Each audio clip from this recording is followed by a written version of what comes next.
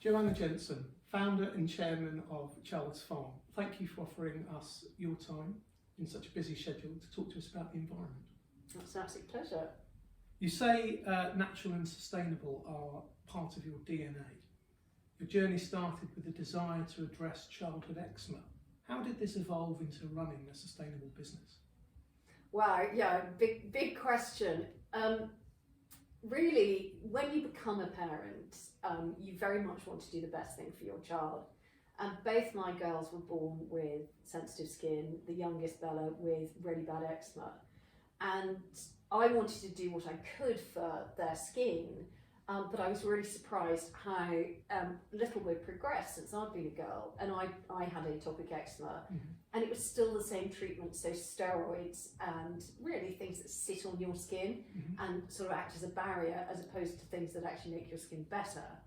But I was sort of brought up in the 70s, and there sustainability wasn't really a word because you did it automatically. You took your glass bottles back, you reused your wrapping paper, you grew your own eggs and your own veg, and you didn't really use anything that was plastic. So in our family, and I have to say my mother was a bit of a hippie, we really did make do and mend. And so for her, treating my eczema was never about using steroids or using emollients. It was all about moisturisation. As she said, the Egyptians have used shea butter for thousands of years against wind, rain and damage, skin damage. Why don't we do the same? And the key to better skin is moisturise, moisturise, moisturise. So I had this really supposedly unhealthy interest in natural medicine. I mean, when we had ponies as children, we made everything ourselves.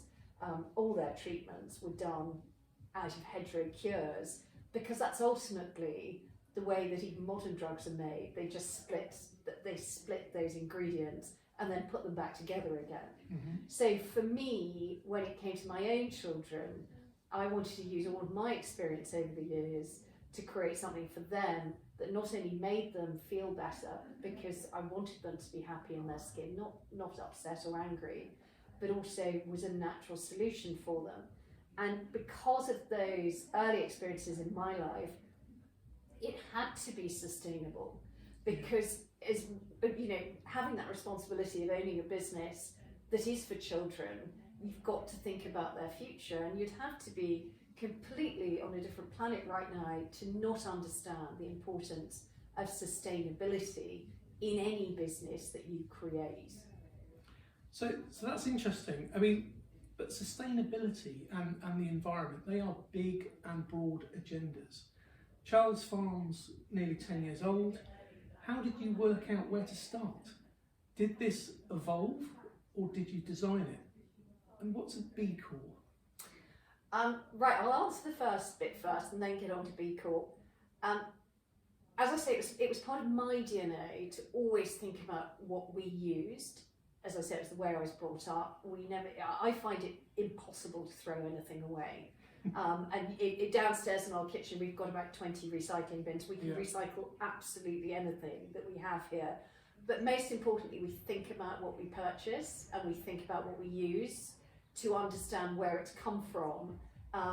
Because yes, you can recycle stuff, but isn't it better to get stuff in the first instance that is made from recycled material, that is being sustainably driven? So when I started the business, we were very conscious at the very beginning, even about the plastic that we used. And I think we were one of the first businesses to move to PCR plastic, so post-consumer recyclable plastic, and started with 30%. We moved to bigger bottles really quickly. And actually in 2020, we launched with 100% PCR. So that's 100% recycled plastic, but our plastic comes from Indonesia. So if you think about Indonesian islands, there are 223 million people who live in Indonesia, all of them drinking bottled water every day. There is no infrastructure there for waste management. So we work with a company that creates little economies, so little communities get together, they go collect the plastic where it's along the coastline, take it to a depot where it's washed and chipped, and then it's shipped back here and turned into our bottles. So not only are we creating employment, but in an environment where employment is really poor, but we are actually doing something positive for the environment. And so far since we've done this, we have recycled 8.5 million plastic bottles and created them into new ones. Now, that's part of the evolution. And the role that B Corp plays for any business, and this isn't just a business that's creating products, but this is a school as well, is that you set yourself a timeline to get better. So sustainability is about evolution because technology is changing the whole time. So we applied to become a B Corp actually in December 2020, and that should come through in the next couple of months. They're so backlogged because of COVID. Mm-hmm. But a B Corp is really businesses that have harmony between their workforce, the environment, and their policies. So sustainability and good working practices work within harmony. So governance would be, for example, in our shareholders agreement, that we are saying that for our shareholders and for our workers have parity when it comes to any decision that we make. We don't make decisions just to benefit our shareholders. It has to benefit the whole organisation. We look at everything that we do from a sustainability perspective, an environmental perspective, but also a humanity perspective. At Child's Farm, we call this good value plus good values, and we break it down to kind to skin, kind to planet, kind to people. So kind to skin is using natural, sustainable ingredients, so we know where every ingredient comes from. Mm-hmm. Kind to planet is obviously using those packaging that's most in harmony with the planet.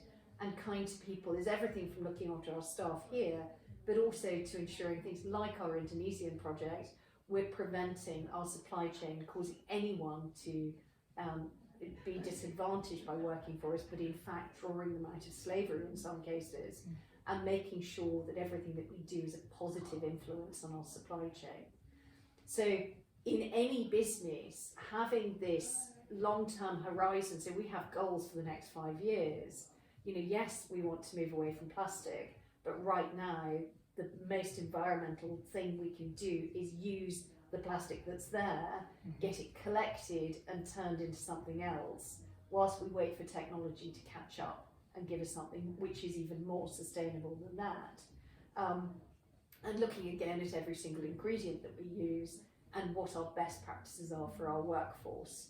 And everything from who supplies our electricity here to having electric points to charge electric cars and encouraging our staff to think more. I mean, everyone here brings in their recycling from home that they can't do on the curbside.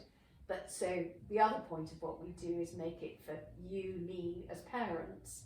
We do the heavy lifting when it comes to our own sustainability goals. So every single Child's Farm product you can put in your curbside recycling, because even our pumps have no metal in. And we're looking to make our plastic over the next 5 years even better.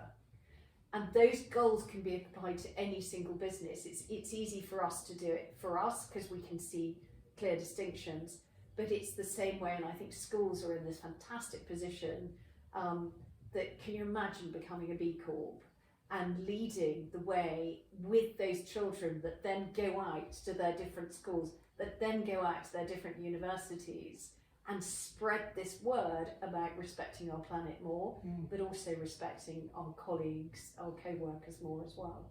Fantastic. So what tips would you offer those now looking to make a meaningful contribution to reducing their impact on the environment? And how do you think those people can best engage all their stakeholders on that journey? Well, I think right now we've been blessed with David Attenborough and Greta Thunberg because they are making it very, very clear to us what our planet's situation is. And I think possibly one of the most powerful things that we can do is get people to watch their programs and engage with things that they've written and that they've said to understand more about what our actions now do, what we do now that are going to impact our future and our children's future. And it's waking up to the reality of the situation. Is that, you know, if we think COVID was just this the way the world has reacted to COVID, we need to do that 20 times for our sustainability and for the impact that we're having on climate change. So I think education for the people that you work with is so important. You know, snippets from articles, sharing these things, important things that you've watched or read, you know, distributing those. We do it here a lot. You'll get lots of emails from people saying, I've read this really interesting article. Hire people that have a passion for the planet. A lot of I would say 100% of the hires here are people who come because of our values and ethics, and that's hugely important for a brand. Talk about it more. We're not very good about advertising to people how sustainable we are, and in fact in personal care we're the most sustainable brand in the UK, but we don't talk about it because naively we think everyone else thinks like us. And our marketing director is changing that and saying, right, we need to talk about this because it matters. And when you look at the statistics post-COVID and the decisions that people are making, they are really thinking about the environment now. And I can share a plethora of articles and pieces of research that have been done to say how important it is to people's mindset. But I think the other thing to do is to make it so it's not scary. This is something we have to do. Look, we've just been through a pandemic. We're still on the periphery of this pandemic, and we've managed to deal with that. Now this is bigger, and becoming more sustainable, more environmentally aware. But it's not to be frightened about. We need to embrace it and make a change. And that's what I would encourage any business to do. That go to the B Corp website, see what they talk about, and understand all the things and those other brands that are already B Corp, and look at them and maybe change the way you shop. And I know Amazon is convenient, but once you've lost your high street, you've lost it. And I would say get out and shop locally. You know, if you want something to arrive tomorrow, maybe go for a walk and guess it. Get in the car and guess it. Make it part of another journey that you're doing. But look to support local shops as much as possible as well. And local suppliers. I mean, all of our suppliers are UK based, bar a couple, where they simply don't manufacture what we're looking for. So we try to look local as much as possible as well. Reduce, you know, again, we're a carbon neutral plus business, have been since 2019. That's a great way to look at your business and say, right, what am I doing that I could do better? They'll take you through absolutely every part of your day-to-day business and your supply chain to understand what you can do to offset your carbon footprint. And that could be stuff that you actually change, but it's also things like working with them, and we plant trees, and we also deliver water to Cambodia. Joanna Jensen, founder and chairman of Child's Farm, thank you very much. Thank you.